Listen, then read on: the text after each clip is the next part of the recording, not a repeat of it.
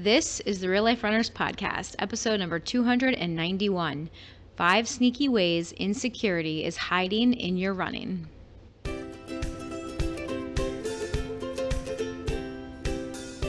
If you're looking for ways to bring more joy into your running and you want to be a physically and mentally stronger runner, you're in the right place. This is the Real Life Runners Podcast, and we're your hosts, Kevin and Angie Brown. Thanks for spending some time with us today. Now let's get running.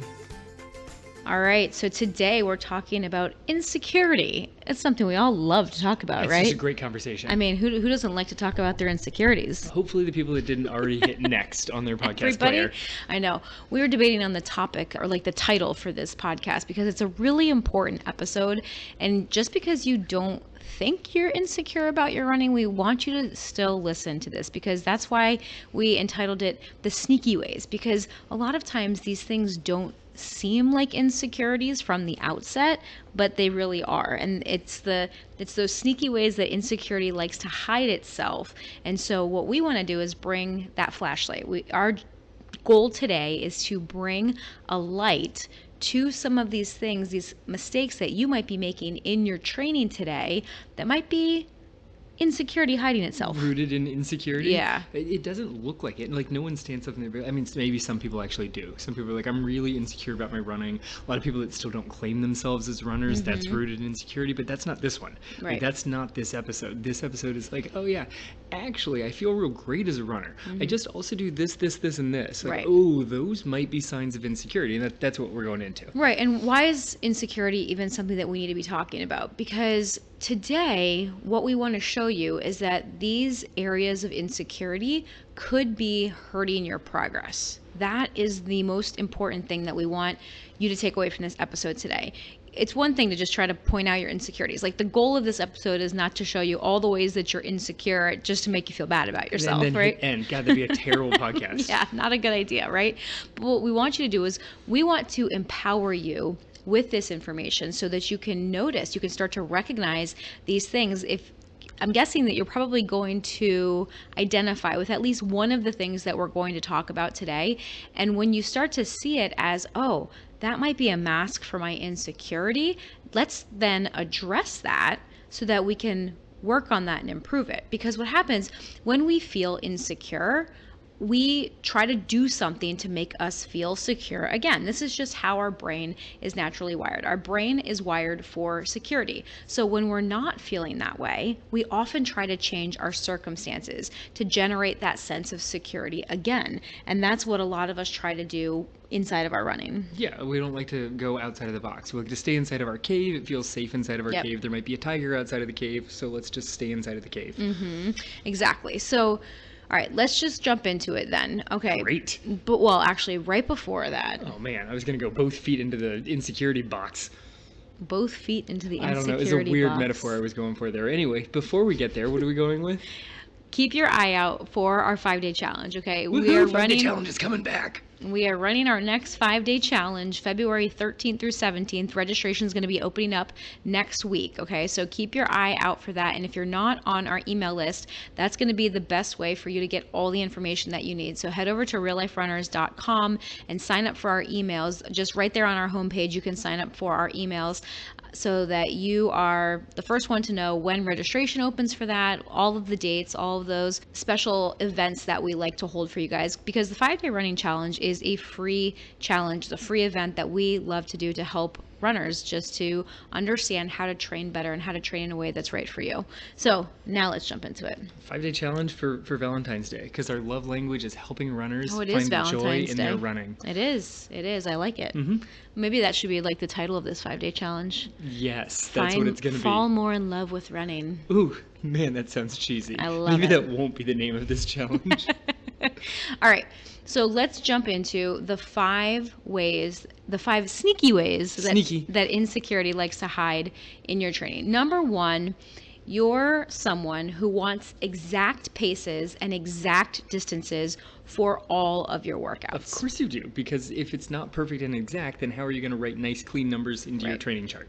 Right, and so the big mistake here is that people that fall into this trap of wanting the exact paces and the exact distances often think that the specifics, the nitty gritty specifics matter a lot more than they actually do, right? You might be this person if when at the end of your run, you look down at your GPS watch and it says 4.96 miles. So you run past your house a couple houses down until you hit that 5.0 on your GPS before you're actually able to stop your watch. Yes. If you've ever done laps of your driveway, of a parking lot, Yes. this is you. And people have done that before, and there are times where I'm like, okay, that's not quite as crazy.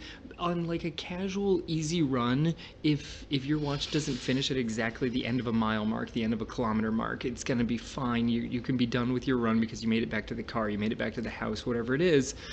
On like a personal time trial, I can see trying to be super precise off of this. Well, I often fall into this trap. Okay, so I'm not going to totally, like, I want to raise my hand here also, right? Yeah. Because there are times that I understand, okay, it's just general, but then I very much like seeing round numbers on my watch, right? So I think that you can want the round number and also understand that it's not as important. Like, I understand that. You fully get it. I fully get that, like, 4.97 is the same as 5.0. I just like to see the round number. But there are people that believe that 4.97 is not 5 miles and that I have to have that 0.03 in order to get that workout right. And when you don't get that workout right, or if your paces, like say you have a pace range for a workout and you're supposed to hit your intervals in 8:25 to 8:30 pace and you hit it in 8:32,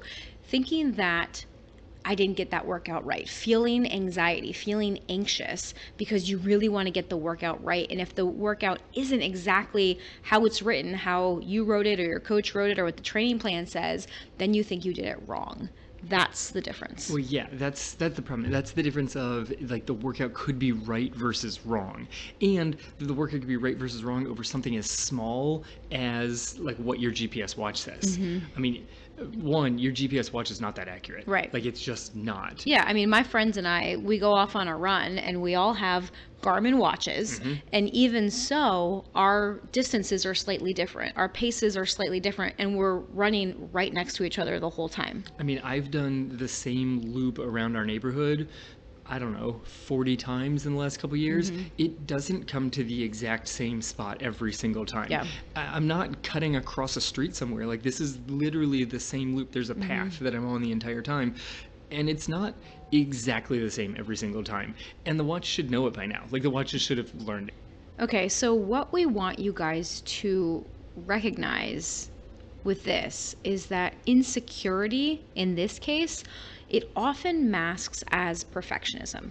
Okay, insecurity often masks as perfectionism because it makes us think that there is a right way and a wrong way to do this, and that perfect training conditions will lead to the outcome that I want. So if I get this workout right, if I get my training cycle right, then I'm going to be guaranteed this outcome. And if I don't do it right, if I mess up this workout or if I mess up these paces, then I'm not going to get the outcome that I want. Yeah, which suggests there's so many assumptions in that, Yeah. that there is like a perfect mileage that you could have. There are perfect paces that you can run, even within a workout. Like, you're like, oh, I need to run this at my threshold. I've done so much reading on threshold training. It's not like, there is not a line inside your body where it's just like, oh, now I'm over the threshold. Let me Right. make sure I'm under the threshold. Like, I've looked at the charts of like people who did like lactate testing.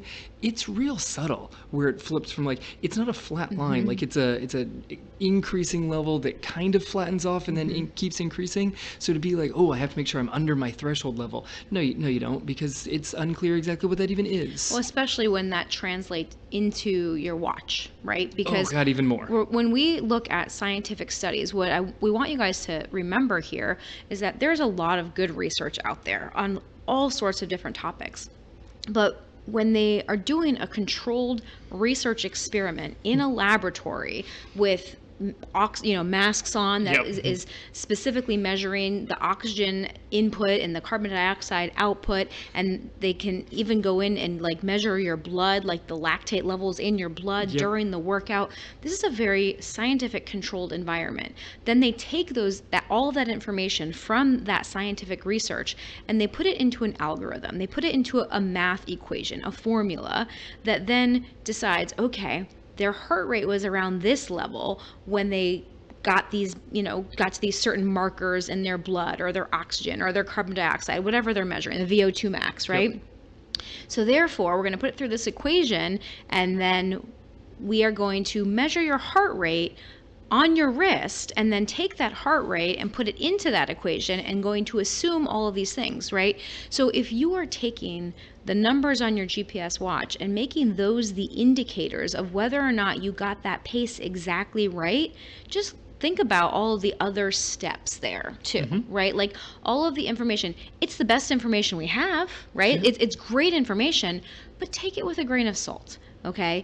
The other thing is your pace can sometimes get wonky, especially when you're training in a very urban area. Sure. Or if you're training in a very rural area where there's not good satellite signal, right? Or wind. Or wind, yeah, but Let's just think about some obvious things like wind and cold. And we've got so many people on our team right now that are like, I was trying to hold this effort pace, but the roads are super slippery. Yep. So it's hard for me to run at that pace because I felt like I was just going to slide. Like, okay, well, that's really going to throw some numbers off quite a bit. Yep, exactly. And GPS is only so accurate. The way that GPS works is like it's multiple satellites all talking to each other at the same time and also communicating with your watch.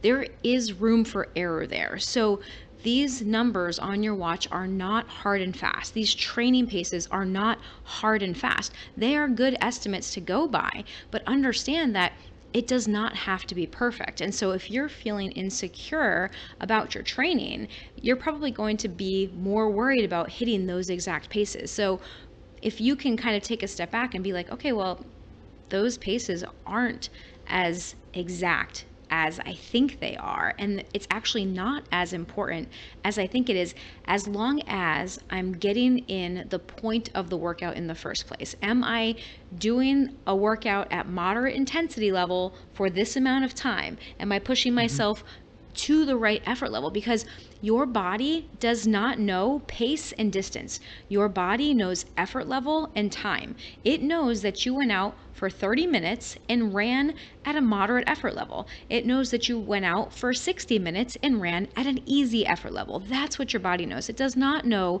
that you ran 4.96 miles at an 8:32 pace. No, it does not have those numbers. Yeah. It's just not built into there. Like, I sense in this discussion here that you're not going to buy me a continuous lactate monitor for my arm for any sort of celebration coming. But it's really interesting to see all these new wearable devices come out and like trying to get continuous glucose monitors and like the things that are reading your sweat rate and the things that are reading your lactate levels, and then all feeding this information back in. Like, how much do you think you can really fine tune down to narrow down the exact precise? This seems so much like people who are trying to chase the final 1% gains when they may have missed the big picture of go run some easy miles and occasionally run some moderate miles and very occasionally run some pretty hard shorter distances. Yeah. And you're going to get in really good shape. You know, like that's going to cover it, rather than making sure that you have such precise, oh, well, it has to be at exactly this pace and effort, and this monitor says one thing, but this one says another, and then I got the heart rate on my wrist, but I also have one I wear on my chest just in case. Like, it's all too much. It's overkill. And especially for us as real life runners, we are not trying to get a gold medal at the Olympics, most of us. I don't know if any Olympians listen to this. If you do, please send me an email. I would love to interview you. But in reality, most of us are out here doing this because we want better health. We want to be stronger, especially as we get older. We want to do things that promote our health. We love the freedom that running brings us. We want to bring more joy into our life. We want to live an active lifestyle. And yes, we want to get better because running is a very number-driven sport, and numbers are an easy way to track progress. So it makes sense why we focus on these numbers so much. But don't get hyper focused on the numbers that you forget why you're doing it in the first place. And you can feel more secure by understanding that it all fits into a system. This one training run with this very exact pace is not going to make or break you in any way. Are you running most of your miles easy? Are you adding in some speed work? Are you doing strength training? Are you recovering well?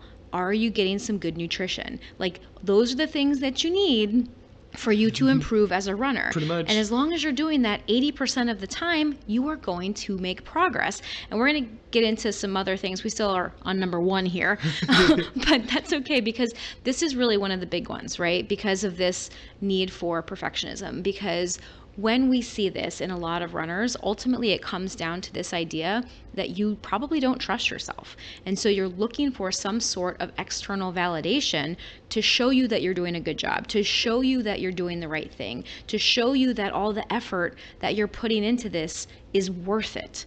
And what we're telling you is that you don't need those things. You can have security if you are following a training system that incorporates all the things that I just mentioned: easy running, speed work, strength training, mobility, of course, nutrition and recovery, and then the mental side, which is a whole nother topic. But that's really actually what we're talking about here, is that this need, is the mental right? side. That because is the mental side. This covers that insecurity that's masking itself as perfectionism. Right. Of, if I just follow the nitty-gritty details, then it's going to give me the exact perfect results. Right. So it's allowing yourself to step back and have some perspective here.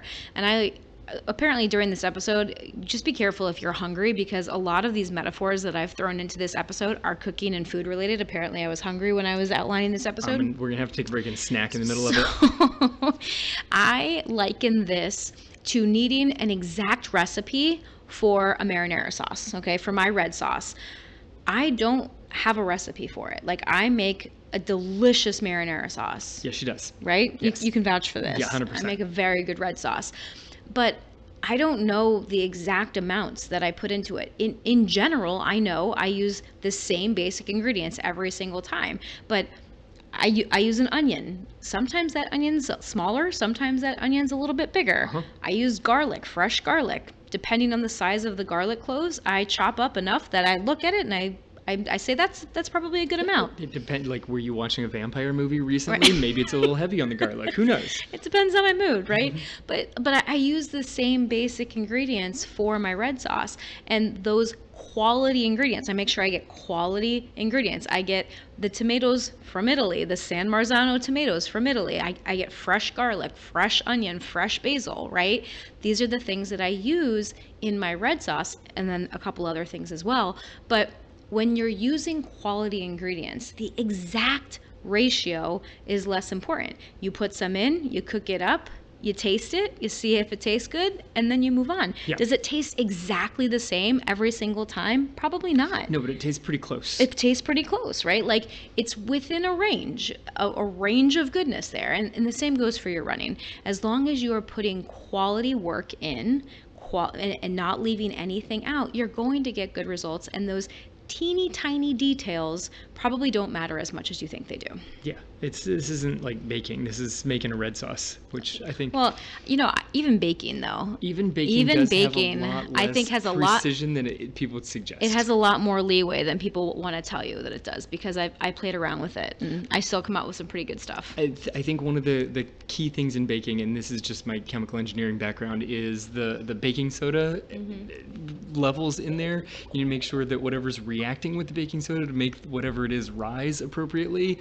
you just have to balance those. As long as you balance those, everything else is pretty good to go. Yeah. All right, let's move on to number 2. Okay, fine. The second sneaky way that insecurity hides in your training is this need to always be doing more, okay? Adding more mileage or upping the pace on all of your runs. All of the runs. Right? So people that are making this mistake are obviously doing more of what you're currently doing just because you think that more is better. And this often leads to burnout. It often leads to injury. It often leads to plateau, which is the opposite of what you're going for, right? Like, you actually are trying to make progress. So you're trying to add in more and do more, but you end up not making progress. So you end up getting the exact opposite result that you're going for. And there's always this feeling like you're not doing enough. Yeah, I mean, that's the underlying thing, is this sensation that like there could be something else I could add to this. I feel like if I just did it a little more, if I pushed just a little bit harder, that's going to lead to the breakthrough, that's going to get to the benefit. It leads to one of my favorite coaching sayings that I did not make up. I stole this from another coach, of more is more and better is better, but more is not always better. Yep. More is just more. And sometimes more is better, and sometimes here's where it gets real tricky. Sometimes more is better over a very short time period. Like, oh, well, at first I added a little extra miles and I got better. I pushed the pace a little bit on my easy run and I got better. Okay, you temporarily improved. Right. But over the long term, you're probably just reducing your recovery. Like, a lot of what's happening here, like, because of the setup, in order to improve yourself, you have to stress your body, and then you have to create some rest so that you can actually create growth in your body. Like, that's the setup here. So if you just put on more miles and you increase the pace, you're increasing the stress. If you don't balance that by increasing the rest and recovery, you're not creating growth, you're just creating a setup for likely injury. And likely injury is kind of the opposite of growth. Yeah. And a lot of times this comes from lack of trust in the plan, right? The first one, where you're needing those exact paces, those exact distances, exact workouts, a lot of that stems from insecurity within yourself. So you put your trust in the plan, but this one comes from lack of trust in the plan. So you're like, well, the plan says this, but I probably should be doing more than that. Yeah. I mean, I've had this one myself since high school. Yeah. I know my coach has been like multiple time California Coach of the Year, and he says that it should be an easy run, but I should probably just hammer it as hard as I possibly can. Yeah. And it did not lead to good results. It led to a massive plateau between my sophomore and senior. Like, junior year had no improvement. I didn't get anywhere junior year because I was just hammering everything I possibly could. And then I'd hit like a track workout and I was still towards the front because I was one of the faster kids there, but I wasn't dropping times like I was hoping because I was just always pushing. So then he'd pull me aside before we'd head out. It's an easy run. Brown, easy run. Just run with the people around you. Run with your teammates. They'll pull you back. It'll be an easy, go on an easy run. But this also highlights the problem that some other people have, is they get into a group and the group overall tends to push the pace. On easy runs, everybody's chatting and everybody just kind of keeps going. You want to stay part of the group. Usually the person that sets the pace on the easy runs, especially if the group's very chatty, it's whoever's fastest sets the pace. And maybe it's their recovery pace, but it's not necessarily your recovery pace. And so now suddenly everybody's pushing a little bit faster. They're running the volume that the top person out of the group can do because that person isn't getting hurt, and so let's all go do that, which is not necessarily what's going to work best for each individual in the group. Yeah. Going back to food, I like to think of this like this need to add more, and more is better, as adding more chocolate chips to your chocolate chip cookie recipe, because chocolate chips, as we all know, are the best part. Right? So if I just add more chocolate chips, these cookies will be even better. To a point, though, right?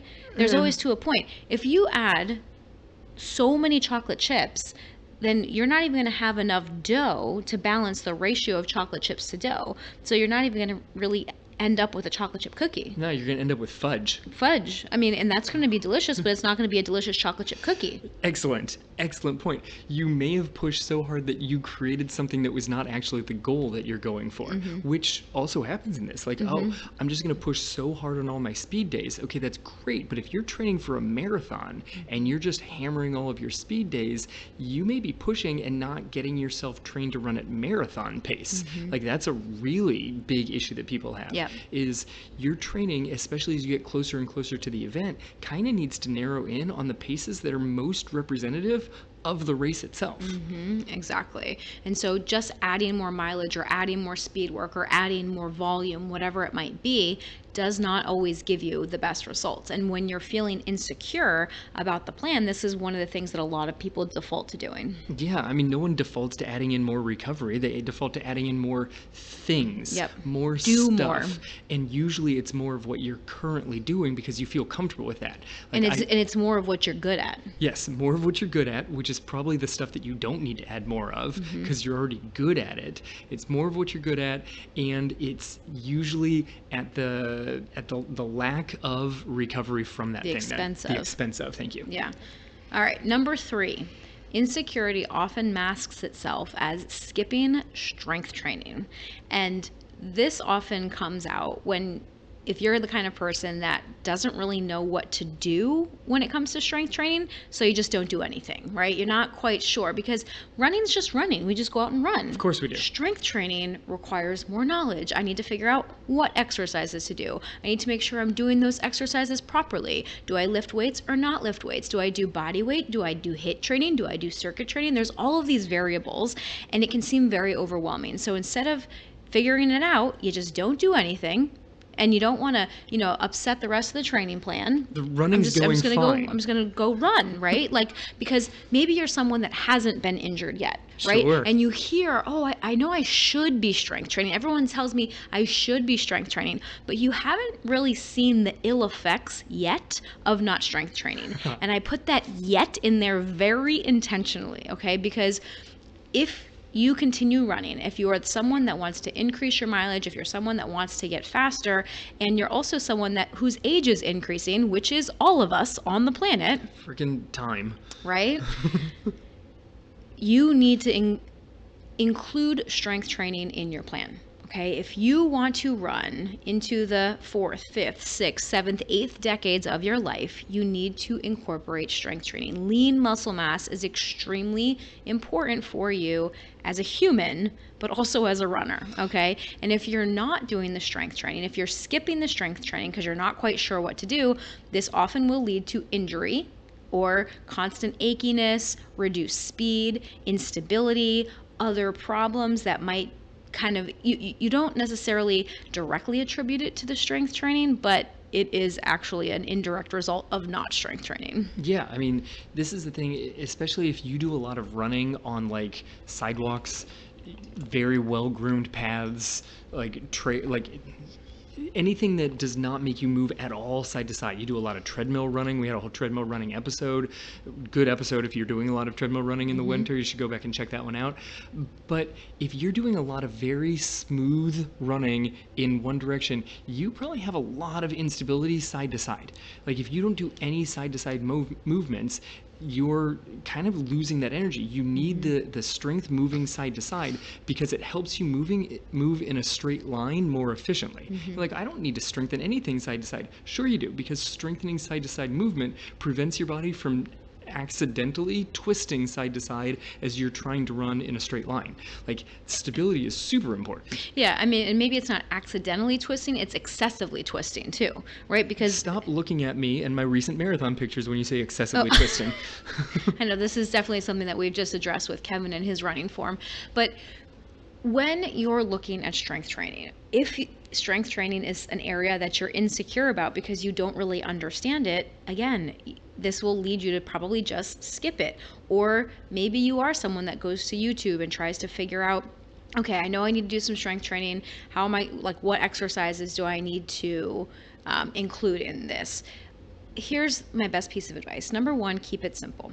Okay, find the exercises that you are already familiar with. If you are not doing any strength training whatsoever, find some exercises that you are already familiar with and start there. This could be something as simple as a plank. Planks are fantastic for runners. Doing some squats, also great for runners. Doing calf raises where you just lift up onto your toes and then back down. These are beginner strength training exercises that anyone can do at any point in time. You squat every single day when you get up and down out of a chair. So instead of doing it once, do it 10 times. That's strength training, okay? That's not enough strength training for you to never progress after that, right? Like, but it is a great place to start. So setting yourself up for those small wins, especially in the beginning, is a really important thing that will help you to start feeling more secure, to start feeling more confident in your strength training, and then you can start to incorporate some other things into your routine. Right, but those basic movement patterns, I mean, you highlight some really key ones. Like you answered this question, I don't know, a few weeks ago. I want to say it was on Instagram, of like the exercise that you would do. Like if you just had to pick one, calf raises was the exercise. And I did not think that was going to be your answer, but really good reasoning to that one. Yeah. Of just do some calf raises, and that's super simple. And there's no gym intimidation on that one. You can do calf raises anywhere. You can do calf raises, as Angie is just about to point out when she cuts me off here in a second. While you're brushing your teeth, you can do calf raises, right? Or prepping for dinner, Or or prepping for washing dinner. dishes. Yes. Anytime yes. you're standing at a counter. Anytime you're standing, you could then add in calf raises to it. It's like the easiest exercise. I've done it at church before. People behind me are like, "What the heck is this woman doing?" You've Probably. Definitely done it I at totally church. have. Yes. Yes, you did. I do it. Sometimes I stretch my calves at church, depending on it's got that nice little kneeler there. I put my foot on it. Honestly, look around. If you're at church, you look around, anybody stretching their calves, there's a whole group of runners that are in there stretching calves. That's fine. There you go. All right. So back to my food metaphors for today. Bring it on. What do we got for strength? So I think of skipping strength training as making your own cupcake frosting, or cake frosting if you want cakes, Okay. but for some reason I thought of cupcake. If you make a cupcake is still good without frosting. Especially if you put chocolate chips in it. But there's something missing, right? Like, and I'm not a big frosting person. I much prefer the cake versus the frosting. How about you? Yeah, I take all of your frosting. I know your answer, but tell the listeners. Yes. And we want to know. Tell me on Instagram, are you a cupcake person or are you a frosting person? Or maybe cake? Should we make it cake? I mean, Do you like the cake better, or do you like the frosting better? too much frosting on a cupcake ruins the cupcake, because then you can't eat it. Even if Okay. you do the cupcake turned into a sandwich All right, trick let's where say you put the thing cake. off. But cake, no, tons of frosting. I like to eat Do you cake. like cake with your frosting or frosting with your cake? Yes, yes, I like cake with my frosting. I like to make sure that I eat cake with Angie, because then she scrapes off part of her frosting, and then I just bring that right over to my plate and make sure that, because when you take a slice of cake out, you now have like two sides that don't have frosting on it. Like the top and the back are still good. Yeah. But if I take your frosting, I can frost one of the sides. Perfect. Yeah. Perfect. Well, and here's the thing. When I make my own cake frosting, you get a lot less. Versus if we do like a store-bought cake, or if we go to a birthday party and there's Very a true. store-bought cake there with that store-bought generic frosting. Yeah, everybody knows the store-bought frosting. No, just say no to me. Like, it's not even worth it for me at all. And a lot of the store-bought cakes also overdo the frosting, so the ratio is completely off, and I had to take like half of that off. And I had to eat it myself. So here's the thing. A cake is still good without frosting, but there's something missing. And a store-bought frosting is okay, but fresh homemade frosting makes the cake so much better. And fresh homemade frosting is really, really easy to make. A buttercream frosting has 3 ingredients. Like, and once I figured this out on how to make a good buttercream frosting, or my kid's favorite and my favorite cream cheese frosting, that has 4, okay? A good frosting is butter, powdered sugar, and vanilla, and then maybe a little bit of milk to thin it out, just to get it to the right consistency. Off, yeah. To get it to whatever consistency you want. That's it. And when you whip it up, it doesn't take that long. It takes a few minutes to make, and it makes the cake so much better. Like, it elevates the cake so much more, in my opinion, than a store-bought frosting. So to me, that's kind of what strength training is. Like, there are generic strength plans out there that you can do. There are these basic exercises that you can do, but if you want to elevate it, then you can start to do those specific types of strength training exercises that are going to be really good for you to focus on as a runner. And so, yes, go from skipping your strength days because you don't know any better to getting the store-bought cake with the store-bought frosting, Yeah. doing some of those generic exercises, and then you can start to play around with making some of the generic or the gourmet homemade frosting, because it's not as complicated as you think it is. There are some basic movement patterns that all of us runners need to focus on, and essentially you then just work on progressive overload. You need to do more repetitions or add more resistance so that your muscles will continue to get stronger in those basic movement patterns. And again, this is something that we lay out step by step inside of our academy, so all of our academy members have the exact exercises that they need to do, and again, progressively building on each other as they go from month to month. So if that's something that you're interested in, please come check out the academy. We're going to be opening up enrollment for that soon, and if you want to get in right now, just send me an email. We can talk about that. But understand that doing something is better than nothing, and don't let your insecurity over strength training get in the way of you making some really important gains, not only in your running but also in the rest of your life, because building lean muscle mass is going to make you have a decreased risk of osteoporosis. It's going to put you at a decreased risk of fractures. It's going to improve your cardiovascular, it's going to improve so much in your life, in your general health as well. So don't let the insecurity get in the way of this. Yeah, I was going to kind of add on to your food metaphor there. If you're not entirely positive on how to make the frosting and you don't want to learn how to make the frosting, because Angie's right, like your personalized strength plan is the best. But it's also possible that you could marry a physical therapist. Okay, now hear me out on this one. This is and a really good cook. Yes, this is what I'm saying. You need somebody that makes both delicious frosting and a great red sauce, and marry them, because they will set up your training plan for you. They will set up the strength plan for you, and they will feed you afterwards. Like, this is your key to success. And the next best thing to that is joining our training academy. If you can't marry your own physical therapist, you can work with Angie inside of the training academy. That's what I got for you. You can work with me virtually, but I won't make you red sauce. Sorry. And she's mine. I put a ring on it. All right. Moving on to number 4. Number 4, insecurity showing up by skipping your rest day. This kind of goes back to, I know better than the plan. Okay, I know better than the plan says to go at this pace, but I'm going to push a little bit harder. The plan says easy day, I'm going to go a little bit more. The plan says take the day off, but if I just go for like a 45-minute run, that's probably going to be better than not having a day. It goes back to the more is better, but we covered this already. More is often just more. Right, and often what this leads to is just feeling tired all the time and not getting the full benefit of your training, because rest is when your body actually has the chance to absorb all of the training that you're doing. Your body goes through this cycle of training. During training, we actually break our bodies down, and during rest and recovery, our bodies build back stronger than they were before. We need to give our bodies a lot of sleep, a lot of rest, and protein. That's going to be what allows your body to build muscle back up stronger than it was before, after especially those hard workouts where you're really breaking the muscle down, like your speed work, your long runs, your strength sessions. Okay, you definitely need to make sure you're getting enough recovery after all of those hard workouts so that your body can actually make the adaptations that you want. It is not the hard training that makes you stronger. It is the hard training that breaks your body down, and the rest is what actually makes your body stronger. A lot of people, they're like, oh, but I get the mental benefit of if I had a long run on Saturday, and then if I can still go out and get like a good run in on Sunday, even though I'm so sore and I'm so tired, I can go out and get the run. That shows that I'm tough enough that when it comes time for the race, I'll be able to push through when it starts getting hard. No, when it comes time for the race, you're going to be exhausted. Well, okay.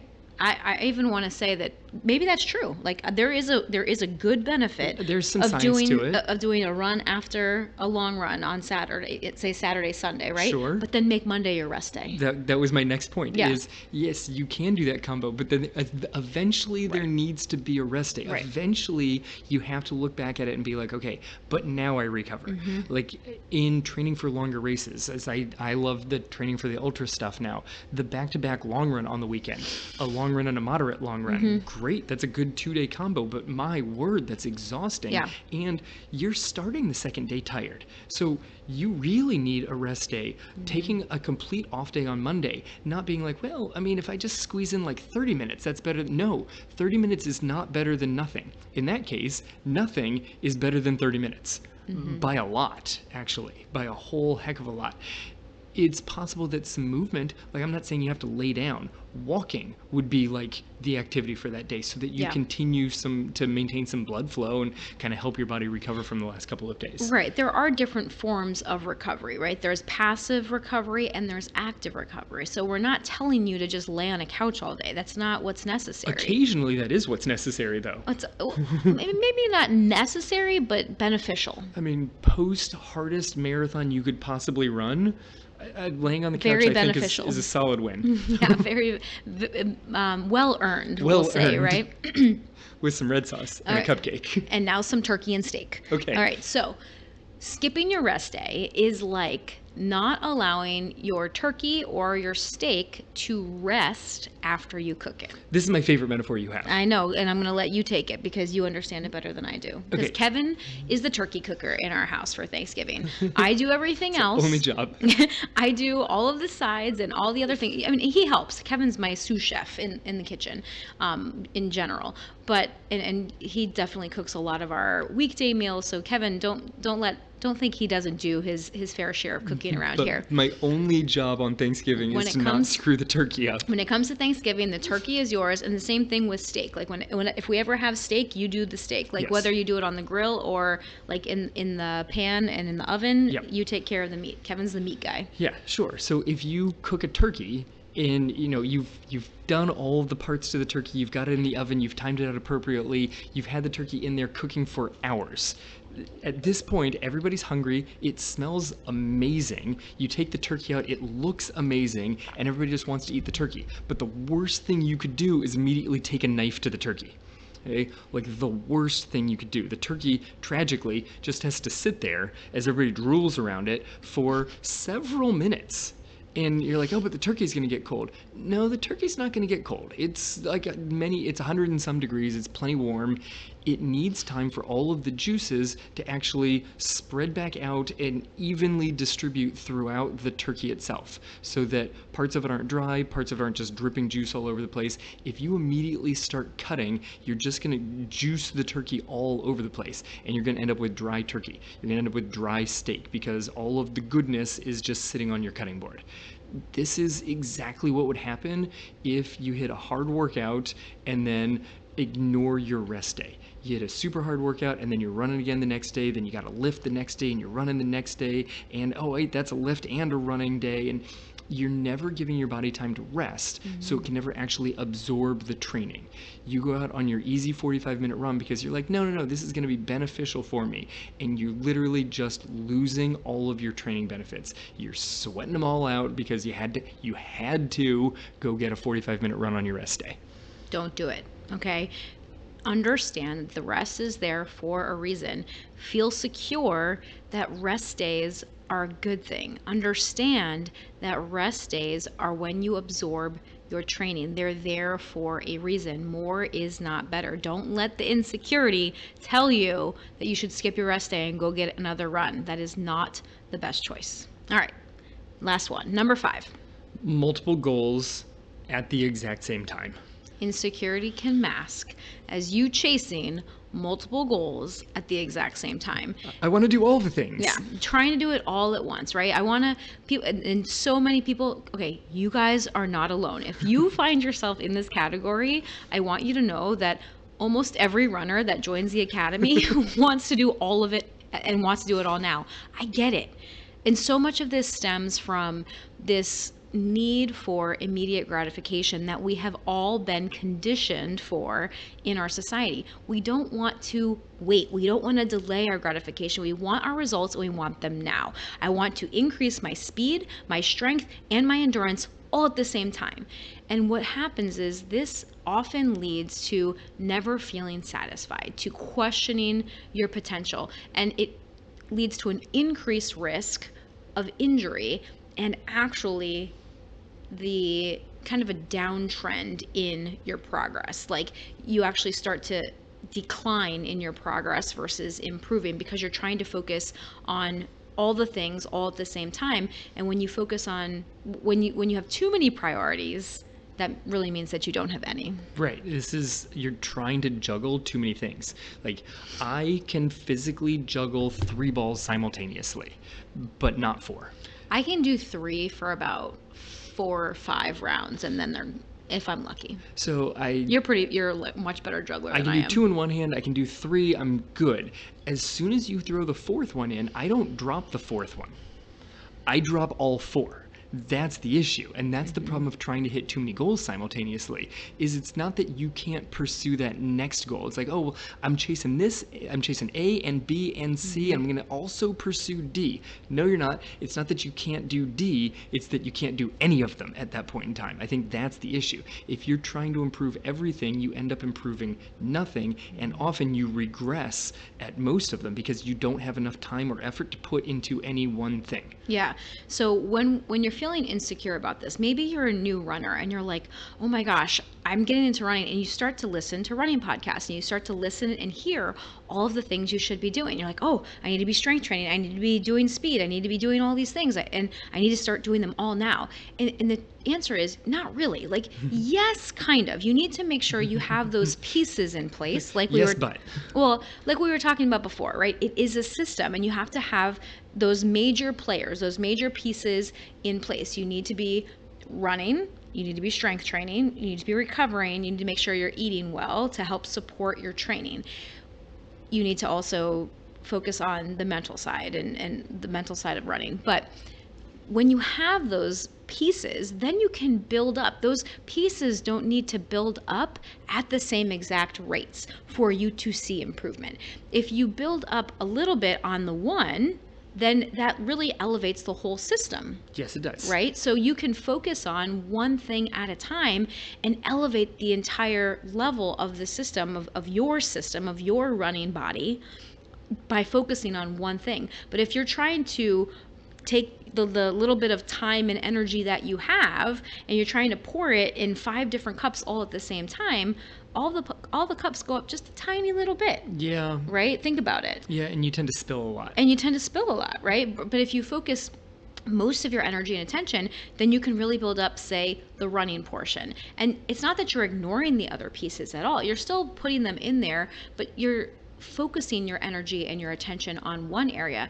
Doing that and training in cycles is going to allow you to make much faster progress in the long journey of your running. And the problem is, a lot of people are like, well, for these 3 months, I want to improve all these things because I want to train for a marathon, and I want to train for a marathon right now.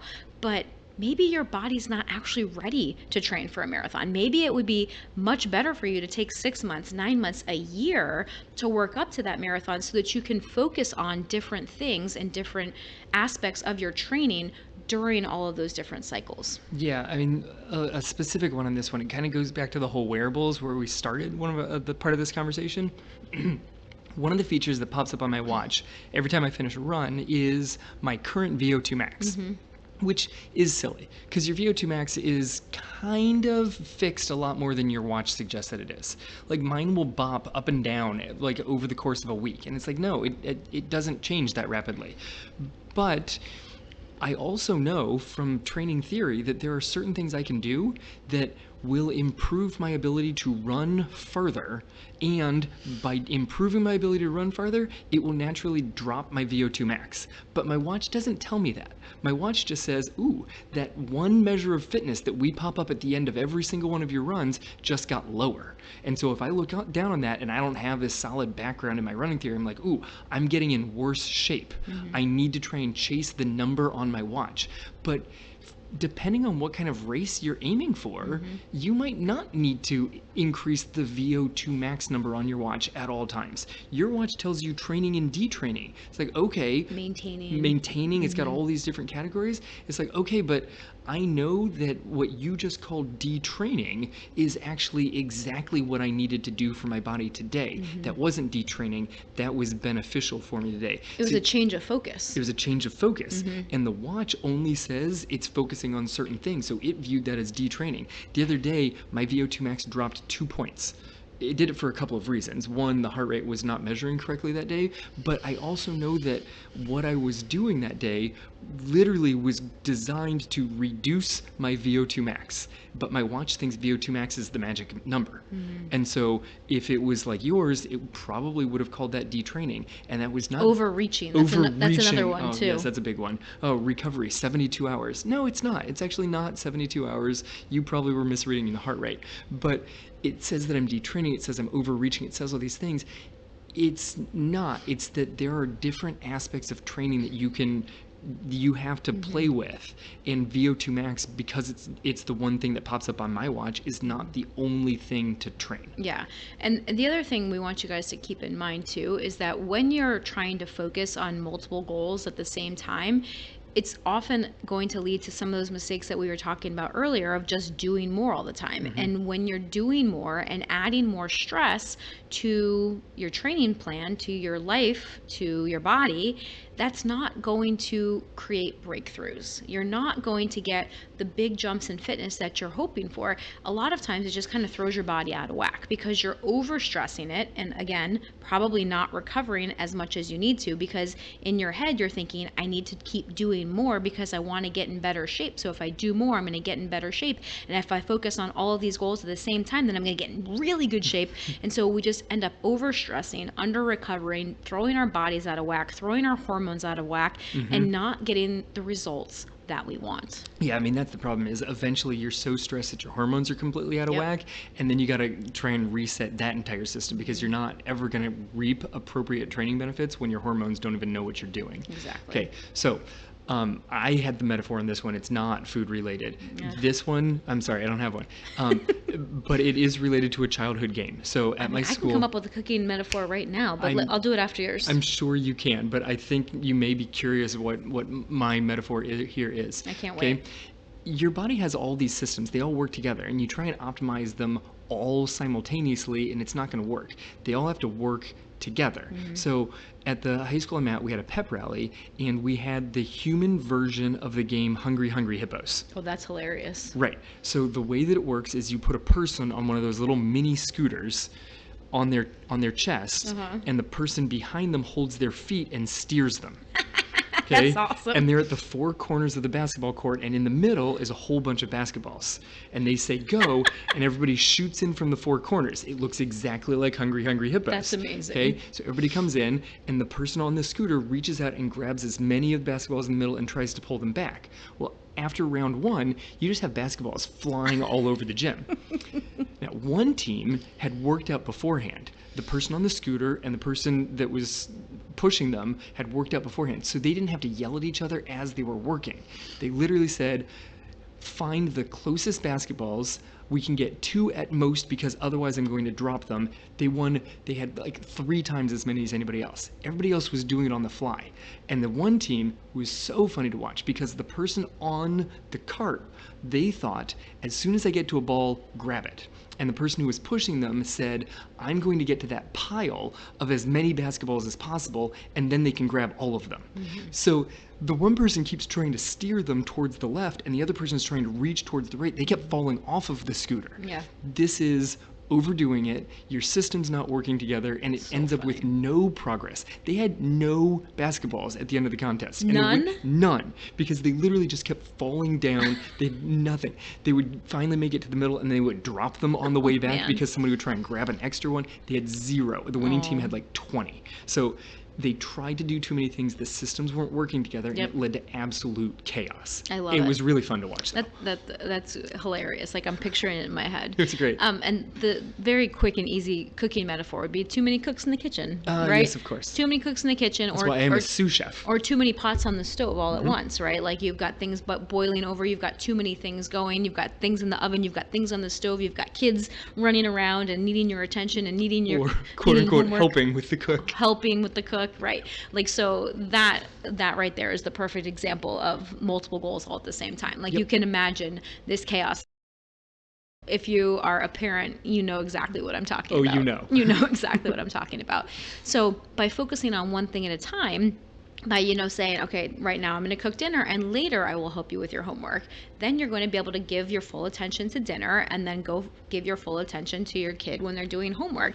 And you're going to get better results in both of those areas. Right. So right now I'm going to focus on strength training. I'm not going to completely neglect my endurance. Right. I'm not going to neglect my speed, but I'm not going to focus on it. I'm going to make sure I have some reasonable mileage. Right. I'm going to make sure that I do a little bit of speed each week, but I might be a little sore for speed sessions, so I Right. might not be going as fast. I might be sore, so my long run needs to get cut short because I'm just tired and sore because I'm currently focusing on strength. Right. Maybe you're focusing on endurance. You're going to maintain strength because you need to make sure you're fueled up for the long run over the weekend. So you don't want to be super sore based off of like a strength train. So you're maintaining strength so that you can go out and up the mileage. Both is not a recipe for success. Exactly. So that's all 5. Okay, so just as a quick review, number 1, like the 5 sneaky ways that insecurity could be hiding in your training. Number 1 is wanting exact paces and distances for all of your workouts. Number 2, adding more mileage and upping the pace on all of your runs. Just stop one-stepping things. Yeah, doing more all the time. Number 3, skipping your strength training. Number 4, skipping your rest day. And number 5, trying to chase multiple goals at the same time. All right. Understand that these things take time. Improvement takes time.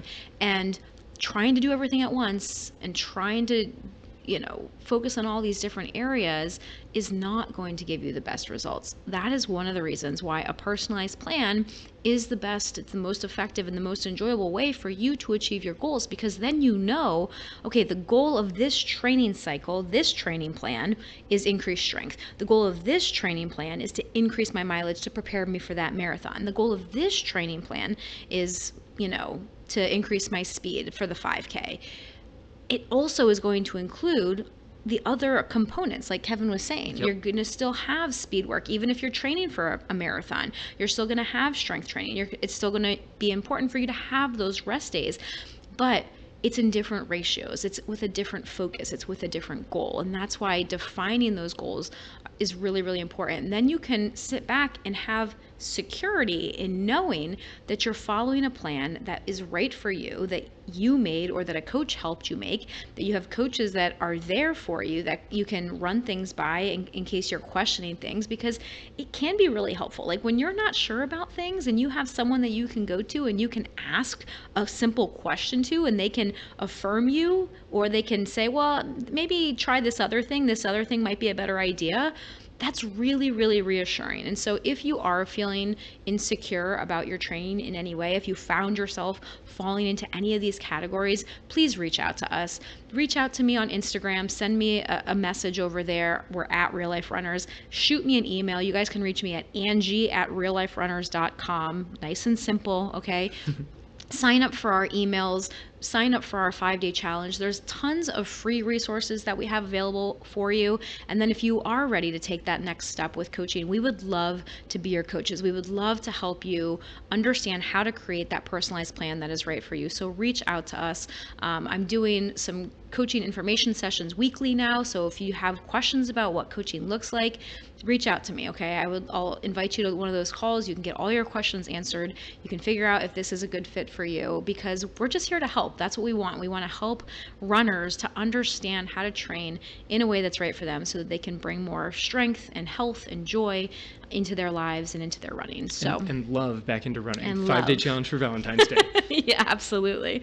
So as always, guys, if you haven't yet, please leave us a review on iTunes. Please share this episode if you found it helpful with your running friends or on social media. Help us to spread the word. Help us to help more runners.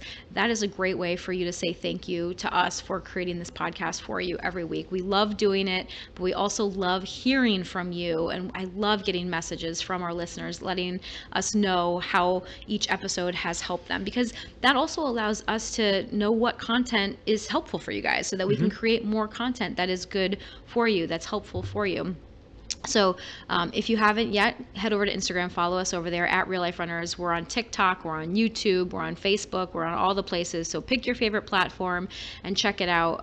We are posting most regularly right now on Instagram and Facebook, but I'm going to be upping the TikTok game here in a little bit. We'll see how that goodness. goes. All right. All right, you guys. Thank you so much for joining us today. This has been the Real Life Runners podcast, episode number 291. Now get out there and run your life.